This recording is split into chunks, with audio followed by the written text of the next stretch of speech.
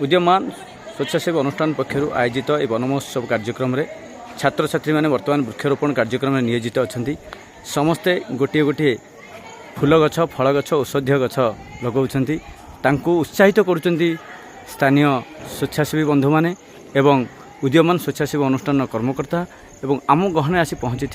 अतिथि माने समस्ते कुनि कुनि पिला मानकु सेमान जेहेतु आगामी दिन सी होचनि युवपीढ़ी सेमाने होचनि समाजर वार्तावाहक सेमाने चाहिले समाज को सुस्थ रखिपारे सेमानक द्वारा समाज पई किछि करिवार अछि से उद्देश्य नहीं यही महत् कार्यटी आज समापन होगापी जाऊँगी एवं ये कार्यक्रम आज नुहे ये कार्यक्रम पाखापाखि जुलाई 1 तारिख रु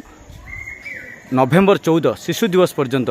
कार्यकारी चलिबो एवं यही वन महोत्सव सप्ताह 7 दिन पर्यायक्रम विभिन्न विद्यालय मठबाड़ी खेल पड़िया एवं रास्ताकड़ मानकरे ये उद्यमान स्वेच्छासेवी अनुष्ठान पक्षर ये कार्यक्रम जारी रहिबो एवं जारी रही दीर्घ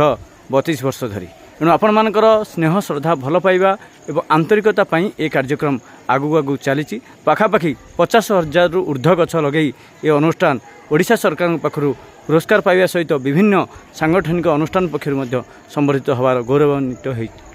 एणु आपणकर आशीर्वाद को आम प्रार्थना करी आउरी आगु जाऊँ। जय जगन्नाथ, वंदे उत्कल जननी।